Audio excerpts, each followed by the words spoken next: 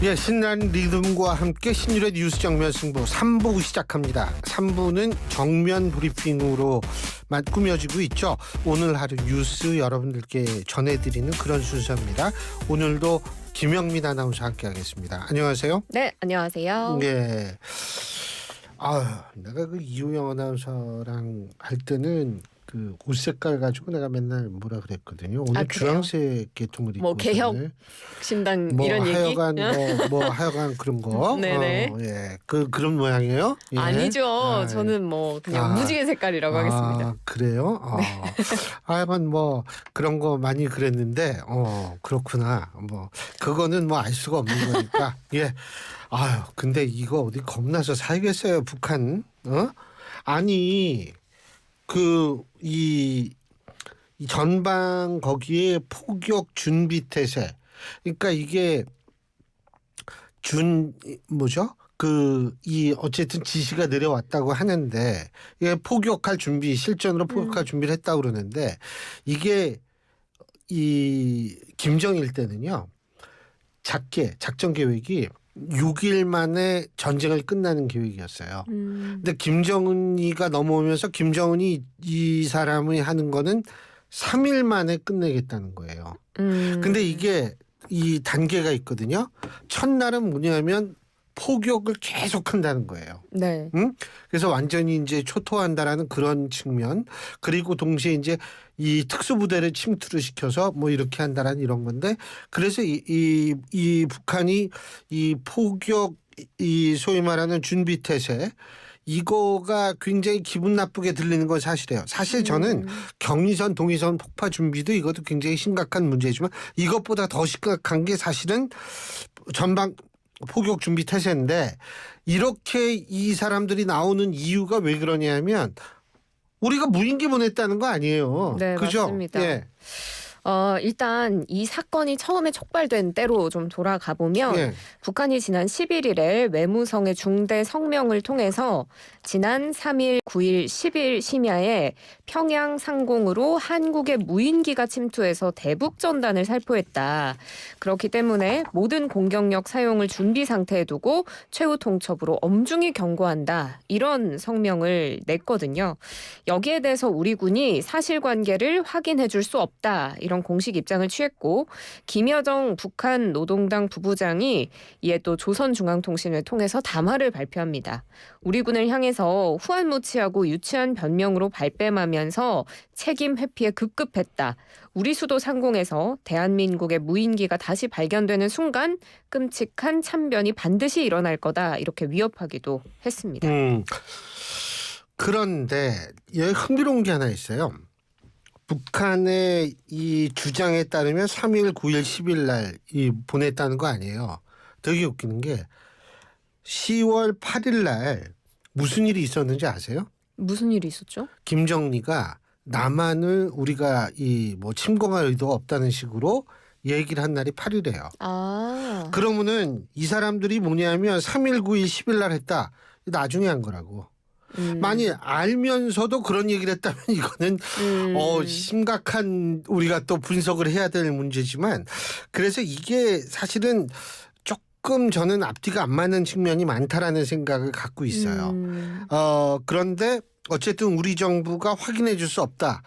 이렇게 얘기 나오는 건 심리전 측면에서의 대응이라고 볼 수도 있는데, 우리 정부는 계속 이런 입장 갖고 있는 거 아니에요? 네, 지금 우리 정부의 업데이트된 입장을 좀 살펴보면 이성준 합참 공보실장이 확인해 줄 수 없고 평양 상공에 무인기가 출현했다고 주장을 하는데, 그 무인기가 어디서 왔는지 출처도 확인하지 못하면서 책임을 남측에 돌리고 있다. 이렇게 이야기를 했고요. 그러면서 북한을 향해서는 우리 측으로 10여 차례 무인기를 보내온 책임에 대해서는 북한이 함구하고 있고, 그렇기 때문에 이건 적반하장이 아닐 수 없다. 북한은 추잡하고 저급한 이 쓰레기 풍선부터 중단하라라고 경고했습니다. 통일부도 오늘 입장을 냈는데요. 지금 북한에서 우리 무인기가 평양에 침투했다 이렇게 주장을 하는 건 취약한 체제 내부의 문제 때문이다. 이렇게 입장을 밝히기도 했습니다. 저는 사실 두 가지 가능성을 봐요. 뭐냐면 첫 번째 가능성이라는 거는 우리도 모르는 민간단체가 어떻게 그걸 날릴 수 있지 않을까라는 생각을 하거든요. 근데 흥미로운 게 뭐냐면 그랬다고 칩시다. 만일 이 가정이지만 그랬다고 치더라도 아니 자기네가 사진 찍었다는 거 아니에요. 맞습니다. 사진 공개했죠. 맞습니다. 그러면은 격추를 해야지. 찍을 정도면 그렇지 않습니까? 격추를 못했다는 건지 안 했다는 건지는 모르지만 만일 격추를 했다라고 가정을 한다면 왜 그러냐면 최소한도 이게 당신네들이 무인기 보냈잖아 이러면서 자네라도 이 공개를 하면서 얘기를 해야 될 거 아니에요. 그런 것도 없어요. 그럼 자꾸 우리 보고 보냈다는 거야. 그런데요. 제가 그래서 두 번째 시나리오는 뭐냐면 북한이 자작극을 벌였을 가능성을 배제할 수 없다는 건데 이런 가능성을 말씀드리는 이유는 뭐냐 하면 자꾸 일부 언론에서는 뭐 오물풍선이랑 이거랑 연관을 지어가지고 오물풍선 또 보내기 위해서 이렇다. 아니 오물풍선은 뭐 한두 번 보낸 것도 아니고 그거를 보내기 위해서 그 명분으로 무인기를 주장을 한다? 이거는 말이 안 되는 게 무인기로 평양 상공이 뚫렸다. 김정일이 살고 있는 거기로 뚫렸다라는 그 얘기는 결국 무슨 얘기냐면 본인들이 자인한 거거든요. 우리가 이렇게 허술해라고 하는 것을 보여주는. 근데 이 소위 말하는 군사 국가인 북한에서는 사실 저는 이런 행동을 상상할 수 없다라고 봐요. 그렇다면 본인들이 한국에 이 한국이 뚫렸다. 본인들의 이 하늘이 뚫렸다라는 걸 인정하면서도 뭔가를 해야겠다라는 생각을 가지지 않으면 전 불가능하다고 봐요. 그러면 이 사람들이 과연 뭐 때문에 이렇게 사실은 날조된 주장일 가능성이 있다라고 전 보는데 이런 거를 하면서 자기들의 이 방공망이 뚫렸다라는 걸 인정하면서까지 뭔가를 하려고 하는 그게 뭘까? 저는 그래서 그게 굉장히 좀 불안한데 마침 최전방에 있는 포병 부대에게 실제 포격 준비를 하는 예비작전 네. 지시가 내려졌다라는 얘기를 딱 듣고 나가지고는 굉장히 사실 저는 기분이 좀 안 기분이 좋을 수가 없죠. 그럼요. 굉장히 이거 우리가 주시하고 봐야 될 문제입니다. 맞습니다. 어쨌든 지금 군사적 긴장이 어디까지 올라갈까 이런 것들을 우리가 면밀하게 좀 지금 들여다봐야 될 것 같아요. 네, 맞습니다. 앞서 교수님께서 이야기하신 것처럼 그 북한인민군 총참모부가 12일에 국경성 부근의 포병 연합부대 등의 완전 사격 준비 태세를 지시했다 이런 보도가 나왔었고 그리고 지금 우리 군 감시 장비에 포착이 된 것에 보면은 이 경의선과 동해선 도로에 폭파를 준비하는 정황이 포착이 됐다라는 겁니다. 이성준 합참 공보실장이 도로에 가림막을 설치해놓고 그 뒤에 도로를 폭파하기 위한 준비 작업을 하는 게 식별되고 있고 이르면 오늘도 이 폭파가 가능한 상태다라는 설명인데요. 그래서 우리 군도 예하 부대의 대북 감시 경계 및 화력대기 태세 강화 지침을 하달했다고 합니다. 구체적인 예규 작전 지침에 대해서는 이야기를 하지 않았지만 우리 군은 선조치 후 보고 그리고 강력 대응하기로 했다고 발표를 했습니다. 이게요. 얼마 전에 윤석열 대통령이 일본의 신임 총리하고 회담을 하지 않았습니까?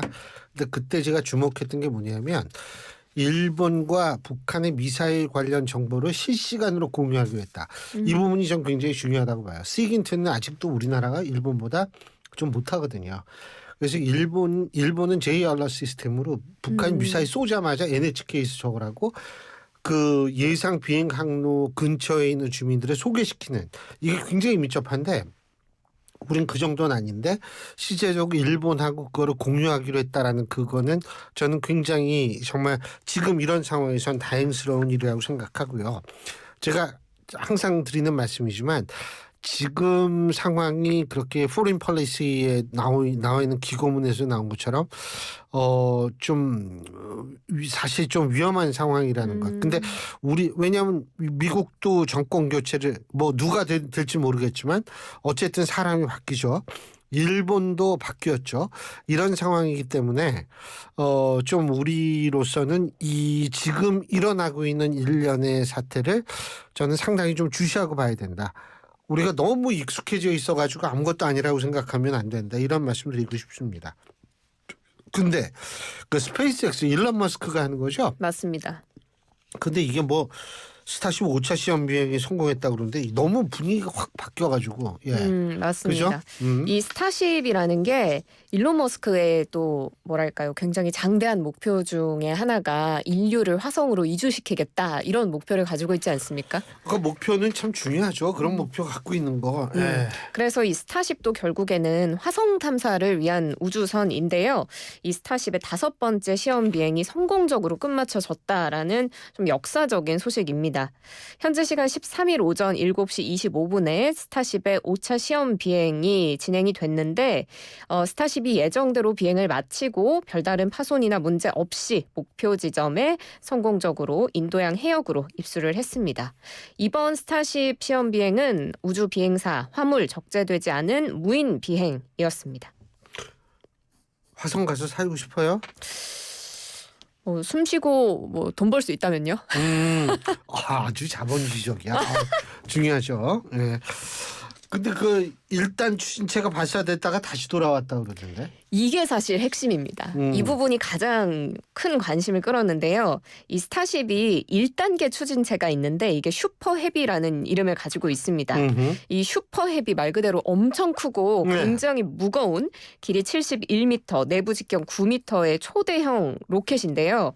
이게 발사가 돼서 우주로 갔다가 가는 상황에서 이제 1단계 추진체가 분리가 되잖아요. 네. 그래서 약 74km 고도에서 다시 원래 발사된 지역으로 이 슈퍼 헤비가 내려와서 그 발사 지역이 된 이렇게 로봇팔에 다시 이렇게 폭 안긴 겁니다.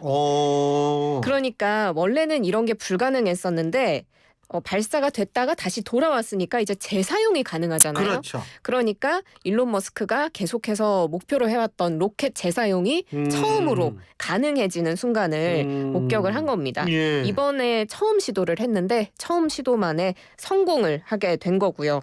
그래서 앞으로 로켓 만드는 비용이 굉장히 절감이 되면서 회사의 수익성이 많이 개선이 될 걸로 예상이 됩니다.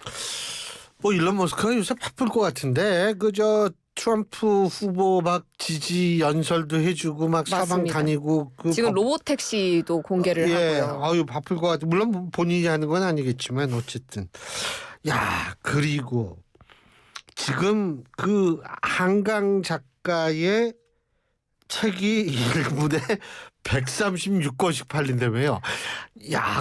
이 출판계가 아주 본의 아닌 호황을 맞게 생겼어요. 맞습니다. 예. 앞으로도 계속 호황이면 사실 좋을 텐데 이건 깜짝으로만 그치지 않았으면 좋겠다는 생각도 좀 들기는 하고요.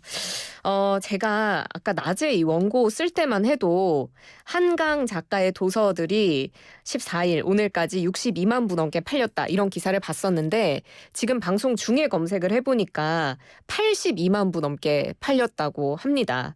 그러니까 지금 같은 속도로 보면 뭐 한 내일 모레경에는 한강 작가 책이 100만 부 이상 팔릴 것으로 예상이 되고 있습니다.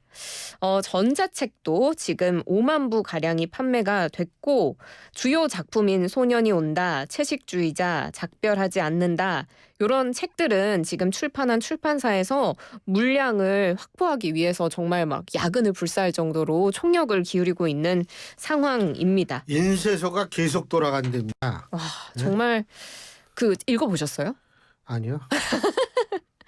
저는 사실 채식주의자는 이미 맨부커상 수상을 했었잖아요. 그때 한번 읽어봤는데 굉장히 인상적으로 읽었던 기억이 있습니다만 인상적인 모양이에요. 네, 정말 재밌게 읽었던 기억이 있어요. 그게 하여간 굉장히 심오한 뜻이 있을 수는 있는데 일반인들이 생각할 때 약간 좀 충격도 좀 있고 그리고 뭐 하여간 좀 그런 것 같아요. 네.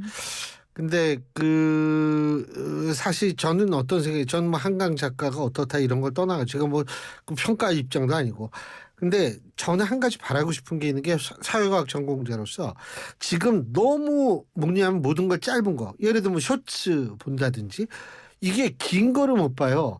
아니 누구나 요약본을 보려고 하죠 요즘에는. 너튜브에 그거 맨날 그 영화도 요약된 것만 맞아요. 뜨고 이러잖아요. 맞아요. 예? 근데 사실은 뭐냐면 우리가 살아가는 인생은 과정도 때로는 굉장히 중요하거든요. 지금 풍토는 뭐냐면 과정을 건너뛰고 결론만 보려는 게 지금의 세태예요. 맞습니다. 그러면 한강 작가의 신드롬이 전 뭘 좀 치유해 줬으면 좋겠냐 하면 좀 진득히 앉아가지고 그 두꺼운 책을 본다든지 이렇게 해서 정말 이 과정을 좀 바라볼 수 있는 그러한 어떤 그런 거를 좀 만들어내면 저는 그게 한강 작가가 대한민국에 남겨놓을 가장 중요한 어떤 그 교훈이 아닐까 이런 생각이 들어요. 그래서 책이 잘 팔린다. 야, 그거 잘 됐다라는 걸 떠나서 저는 좀 이 아주 긴 얘기도 우리가 계속해서 좀 볼 수 있는 이런 게 저는 필요하지 않을까 이런 생각을 좀 하게 됩니다. 그래서 지금 세태가 좀 바뀌었으면 좋겠다. 한강 작가를 계기로 해서 좀 그런 생각을 하게 돼요. 근데 한강 작가만 지금 딴 사람들은 엄청 바빠졌는데 한강 작가만 지금 뭐 대중한테 모습을 드러내지 않잖아요. 기자회견도 안 하고. 네, 맞습니다. 네. 일단은 공식 기자회견은 하지 않기로 했었는데요. 그 공식 기자회견을 하지 않기로 한 이유가 또 굉장히 뜻깊었었죠. 전쟁이 치열해서 사람들이 날마다 주검에 실려 나가는데 잔치를 하겠느냐. 이 비극적인 일들을 보면서 즐기지 말아 달라. 이 스웨덴 한림원에서 상을 준 건 즐기라는 게 아니라 더 냉철해지라는 것이다.